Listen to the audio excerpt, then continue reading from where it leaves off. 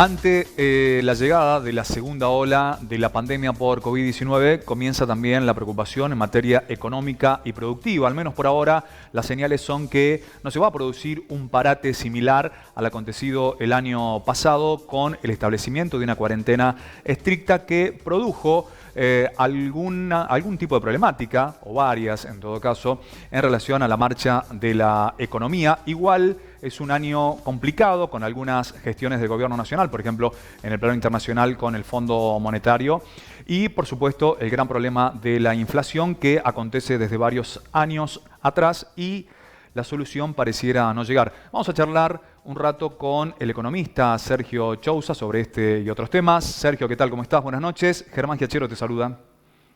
Hola Germán, buenas noches para vos y todo tu equipo. Gracias por recibirnos. Sergio, contanos un poco, ¿es para preocuparse el advenimiento, la llegada de esta segunda ola por el efecto quizás retrospectivo que pueda tener en relación a lo que aconteció el año pasado?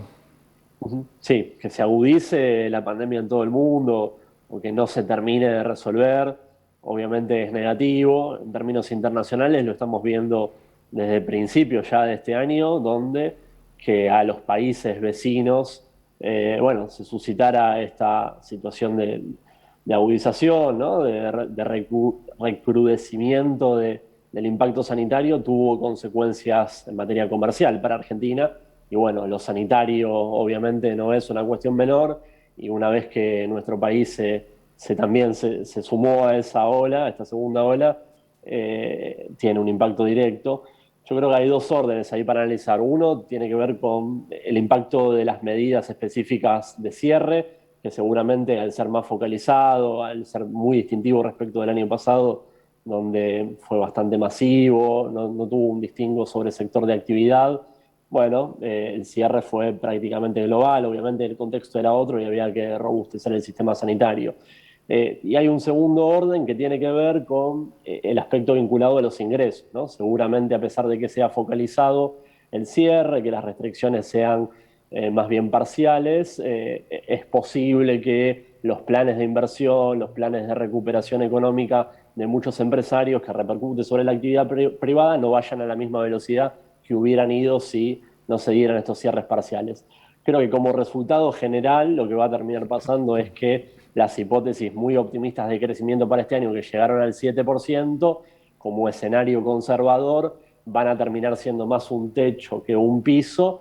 Y bueno, si bien es una recuperación muy significativa, el hecho de que se extiendan en el tiempo medidas sanitarias concretas, focalizadas por sectores, le van a poner ese techo al crecimiento de la actividad económica.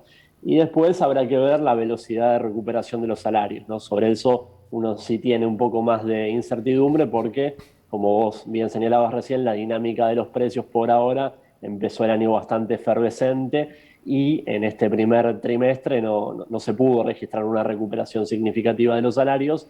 Veremos en el segundo trimestre del año con ya precios que seguramente se empiecen a moderar porque pasó la etapa de mayor estacionalidad del año en materia de precios. Sergio, por supuesto que todo está encadenado, pero el gobierno nacional tiene varios frentes de batalla abiertos. ¿Hay alguno que sea prioritario en relación, por ejemplo, a la gestión de la pandemia, la cuestión de la inflación, a resolver algo trascendental como la pobreza que superó el 40% según el último dato del INDEC? Aparece por ahí la negociación con el Fondo Monetario Internacional, la cuestión del dólar que siempre está vigente.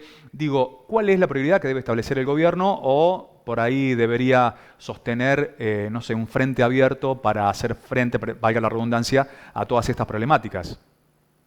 Bueno, uno tiende a pensar que en materia macroeconómica se dieron pasos sustantivos el año pasado para ordenar muchas variables que estaban convulsionadas, algunas de ellas vinculadas a la situación externa, la deuda con los acreedores privados, y el primer paso para empezar a negociar con el Fondo Monetario y dejar todo dispuesto para que en algún momento de este año se dé algún cierre.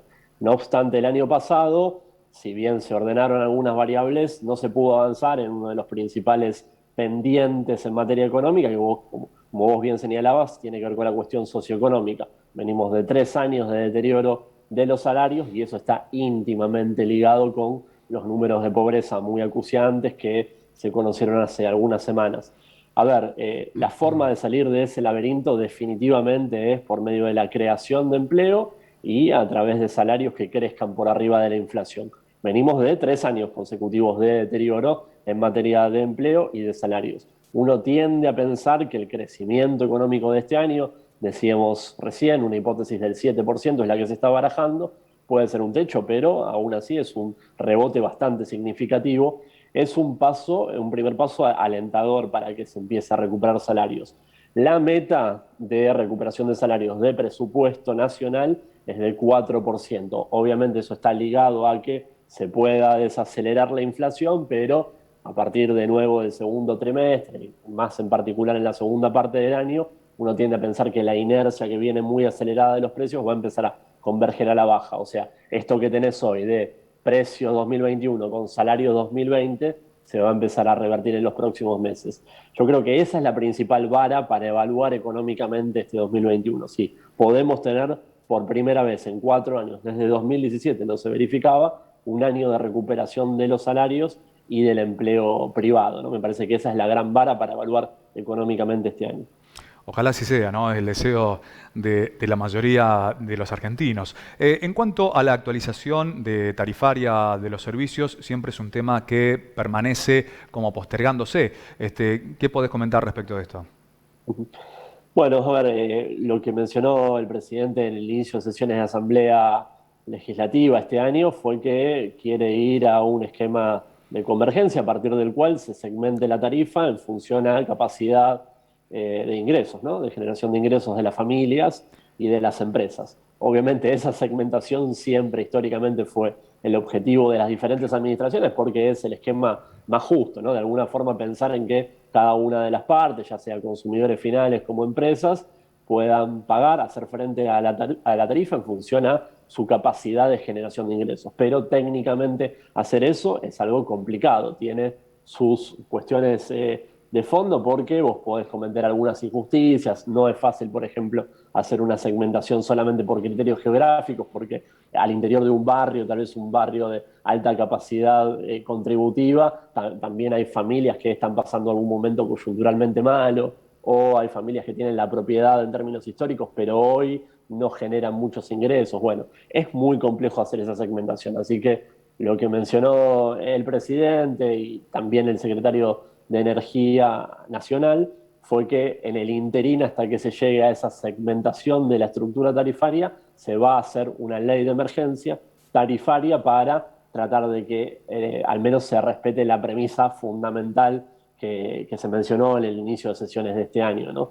Esa premisa tiene que ver con que se rompa la dolarización del esquema tarifario, que fue lo que predominó entre 2017 e inicios de 2019, y los aumentos corran por debajo de la evolución de los salarios, ¿no? O sea que el poder de compra de los salarios en términos de la tarifa de luz, de gas y de agua pueda ser superlativo al cierre de este año.